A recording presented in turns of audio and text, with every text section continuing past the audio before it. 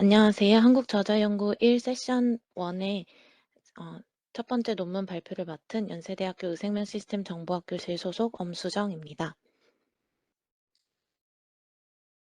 제가 소개해드릴 논문은 Impact of Pitavastatin on New Onset Diabetes Mellitus compared to Atorvastatin and Rosuvastatin이라는 논문입니다. 본 연구는 Cardiovascular Diabetology 저널에 2022년 5월에 게재되었고 임팩트 팩터 8.372의 논문입니다. 본 연구는 강동 삼신병원의 서원우 교수님과 김성은 교수님이 중심으로 작성되었고 아주대학교의 박래훈 교수님과 연세대학교의 유승찬 교수님께서도 참여하신 연구입니다. 연구와 관련된 주변 연구 현황 환경입니다. 스타틴은 블러드 콜레스테롤 레벨을 낮추는 약물입니다. 따라서 cardiovascular disease의 프리벤션으로 흔히 사용되고 있습니다. 하지만 스타틴은 뉴온셋 다이비티스 멜리투스인 NODM의 리스크를 높이는 것으로 발견되었고 이 경향은 로우 혹은 moderate intensity 테라피보다 high intensity 스타틴 테라피에서 조금 더 높은 것으로 밝혀져 있습니다.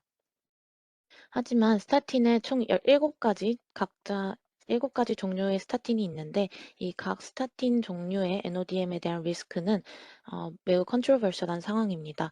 여러 연구 결과 중 중요한 것만 공유드리자면 한 연구에서는 피타바스타틴이 다른 스타틴들에 비해 가장 높은 리스크를 가하고 있다고 설명을 했습니다.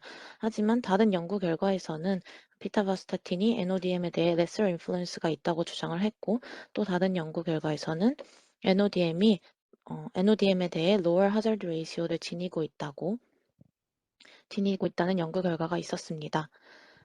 따라서 본 연구는 NODM에 대한 피타바스타틴의 영향력을 아톨바스타틴과 로수바스타틴과 비교하여 분석하였습니다.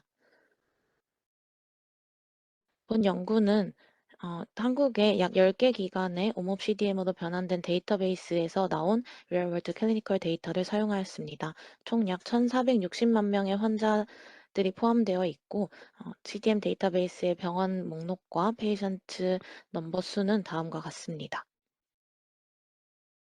동일한 CDM 데이터베이스를 사용하였기 때문에 모두 다 동일한 아날리시스 프로그램이 적용되었고 본 연구는 리서치 오가나이징 센터인 강동 성심병원과 이대 목동병원에서 IRB 어프로벌을 받았고 이외에 나머지 8개 기관은 코리아 CDM 네트워크의 리서치 보더 프리존으로 인해 프리존의 제휴 덕분에 IRB 어프로벌을 받지 않아도 됐습니다.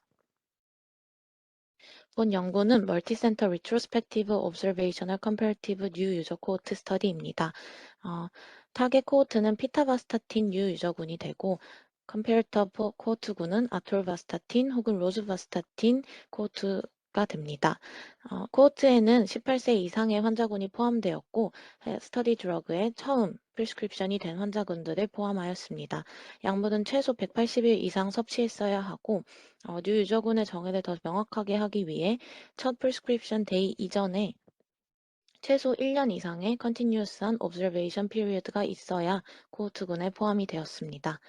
그리고 저희가 목표로 하는 스터디 드러그와 NODM의 연관성을 좀 더 확실하게 정의하기 위해 다이비티스 디스오더나 HbA1c 레벨 5.7% 이상, 그리고 하이퍼글리세믹 에이전트나 인슐린 등의 다이비티스와 관련된 약물의 노출이 인덱스 데이트 이전이나 180, 이후 180일 이내에 있는 경우에는 코호트군에서 제외가 되었습니다.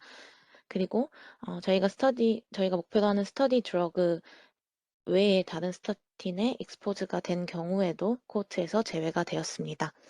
그리고 참고로 인덱스 데이트는 first prescription day가 됩니다. 다음 연구에서 사용한 도스 데피니션은 다음과 같습니다.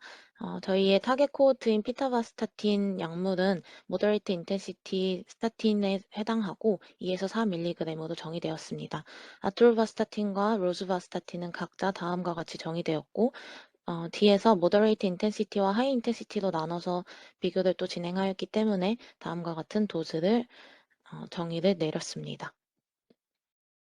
Continuous한 drug exposure를 위해 prescription 갭은 최대 90일로 제한하였고 본 연구의 end date는 컨티뉴어스한 스터디 드러그 익스포저가 끝난 날 혹은 팔로우업 기간 동안 다른 스타틴에 노출이 된 경우 혹은 NODM에 진단이 된 경우에 엔드 데이트도 설정하였습니다. 타임라인을 요약하자면 다음과 같고 인덱스 데이트로부터 180일 그리고 엔드 데이트로부터 180일까지를 NODM이 발생한 타임 앳 리스크로 설정하였습니다. NODM은 다음 세 가지 중 하나의 타임 앳 리스크 기간 동안 해당하는 경우로 정의가 되었습니다. ICD-10 기준 당뇨병에 진단이 되었거나 당뇨병과 관련된 약물들의 프리스크립션이 되었거나 HbA1c 레벨이 6.5% 이상인 경우에 해당합니다.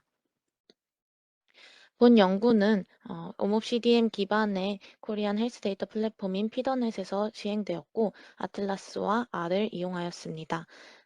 두 코호트 간의 베이스라인 캐릭터리스틱 코바리어트의 컨파운더를 보정하기 위해 프로펜시티 스코어 매칭이 사용되었고 PS 계산을 위해 로지스틱 리그레션 모델을 사용하였습니다. PS 계산에 사용된 코바리어트 요소들은 다음과 같습니다. 매칭을 위해서는 캘리퍼 0.2의 그레디 설치 매칭이 사용되었습니다.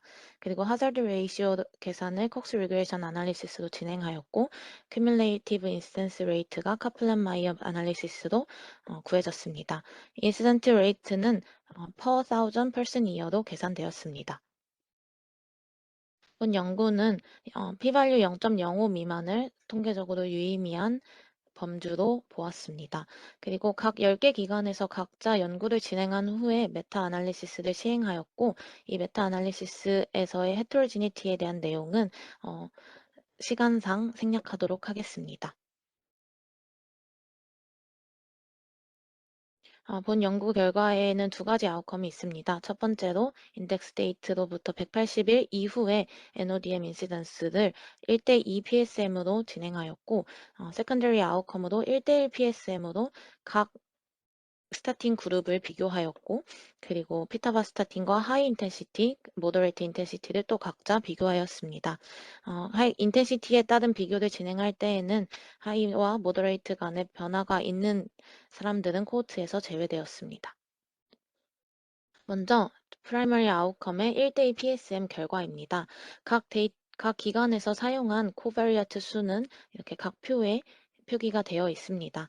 PSM을 실행한 후에 보시면 Standardized Mean Difference가 대다수의 코바리아트들에서 0.1 이하로 내려간 것을 목격할 수 있습니다. PSM이 진행되기 전에 두 코호트군을 비교했을 때 피타바스타틴이 아토르바스타틴 혹은 로즈바스타틴과 비교했을 때 하자드 레이시오가 0.86으로 통계적으로 유의미하게 낮은 리스크를 보였습니다. PSM이 진행된 후에 각 데이터베이스의 카플란 마이어 플롯입니다. KDH와 EUMC 그리고 NHIMC에서 피타바스타틴이 통계적으로 유의미하게 낮은 인시던스 레이트를 보였습니다. 메타 아나리시스 결과입니다. 이 결과에서도 피타바스타틴 그룹이 아톨바스타틴 혹은 로수바스타틴 그룹과 비교했을 때 0.7 하자드 레이시오 0.72로 통계적으로 유의미하게 낮은 위험을 보였습니다. 다음은 서브 아날리시스 결과입니다. 좀 많은 분석이 진행되었는데요. 각 스타틴을 비교하였고 모더레이트 인텐시티 아톨바스타틴과 로즈바스타틴을 합쳐서 비교한 후에 각자도 비교하였고 하이 인텐시티의 아톨바스타틴, 로즈바스타틴도 비교한 결과를 보여주었습니다. 먼저 피타바스타틴과 아토르바스타틴을 비교해 보았습니다. 피타바스타틴이 통계적으로 유의미하게 하자드 레이시오 0.65로 아토르바스타틴보다 NODM에 대해 낮은 리스크를 보였습니다. 로즈바스타틴에 대해서도 하자드 레이시오 0.74로 피타바스타틴이 낮은 리스크를 보였습니다. 하지만 아토르바스타틴과 로즈바스타틴을 비교했을 때는 통계적으로 유의미한 차이가 드러나지 않았습니다. 피타바스타틴과 모더레이트 인텐시티의 아톨바스타틴 혹은 로즈바스타틴을 비교한 하자드 레이시오 결과입니다. 피타바스타틴이 모더레이트 인텐시티의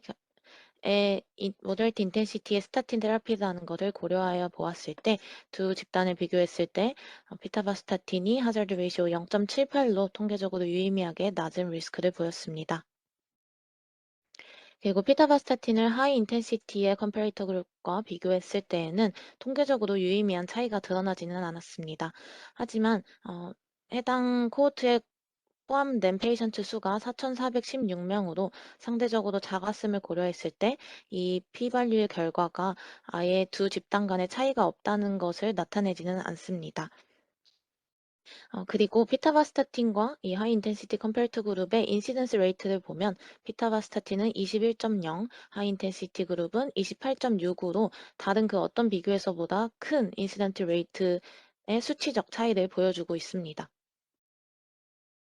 피타바스타틴과 모더레이트 인텐시티의 아토바스틴을 비교했을 때에도 피타바스타틴이 하자드 레이시오 0.79로 통계적으로 유의미하게 낮은 위험을 보였습니다.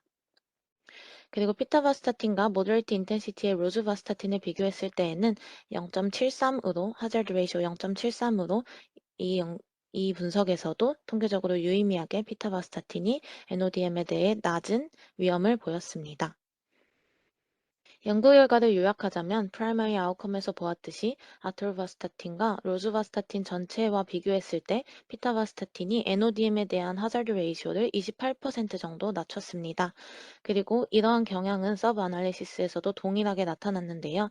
아토르바스타틴과 로즈바스타틴을 각자 비교했을 때에도 로어 리스크를 보였고 모더레이트 인텐시티의 컴페리터 그룹과 비교했을 때에도 로어 리스크를 보였습니다. 하지만 하이 인텐시티 아토르바스타틴 혹은 로즈바스타틴과 피타바스타틴을 비교했을 때에는 통계적으로 유의미한 차이가 나타나지 않았습니다. 연구 결과를 해석해 보자면 피타바스타틴은 NODM의 lower risk를 가지고 있습니다. 이 결과는 moderate intensity의 컴페리트 그룹과 비교했을 때 다 동일하게 나타났지만 하이 인텐시티 그룹과 비교했을 때에는 통계적으로 유의미한 결과가 나타나지 않았습니다. 보통 기존 연구 결과에 따르면 NODM에 greater risk를 주는 것은 high intensity statin으로 알려져 있습니다. 따라서 본 연구 결과에서도 moderate intensity인 피타바스타틴과 high intensity의 그룹을 비교했을 때 통계적 유의미성이 나타나야 할 것 같지만 나타나지 않았습니다. 이거에 대해서 본 연구는 아무래도 하이 인텐시티 스타틴이 모더레이트 인텐시티 스타틴 테라피 이후에 이루어지는 경우가 많기 때문에 하이 인텐시티 그룹에서 많은 N수가 빠졌고 이로 인해 통계적으로 유의미한 결과가 나타나지 않았다고 해석을 하고 있습니다. 본 연구는 매우 컨트로버셜한 스타틴 종류의 NODM에 대한 리스크에 대해서 PS 매칭을 통해 컨파운딩 바이어스의 위험성을 낮춘 분석을 시행하였고 10개 기관의 연구 결과를 합쳤다는 데에서 매우 다이렉트 컴패리즌을 하고 하이 레벨의 에비던스를 제공하였습니다. 그리고 따라서 이 연구 결과는 하이 리스크 다이아비티스가 있는 환자분들에게 스타틴을 처방을 할 때 가이드가 되어 줄 수 있을 것으로 생각됩니다. 하지만 본 연구의 제한점은 다음 세 가지가 있습니다. 먼저 저희는 10개, 이 연구는 10개 기관의 데이터만 사용하였기 때문에 다른 기관에서 엔티바이오틱 드러그나 스타틴에 노출되었을 가능성을 배제할 수 없습니다. 그리고 NODM을 정의할 때 리센트 가이드라인에 따라 정의를 할 수 없었습니다. 데이터베이스에서 블러드 글루코스나 2-hour 플라즈마 글루코스에 대한 기록을 얻을 수 없었기 때문에 앞에서 말씀드린 세 가지의 정의에 따라 NODM을 정의하였습니다. 그리고 이 결과는 메타 아날리시스로 나온 결과이고 각자 데이터베이스에서는 오직 세 가지 기관에서만 통계적 유의미성 차이를 보였다는 제한점이 있었습니다. 이상으로 발표를 마치겠습니다. 감사합니다.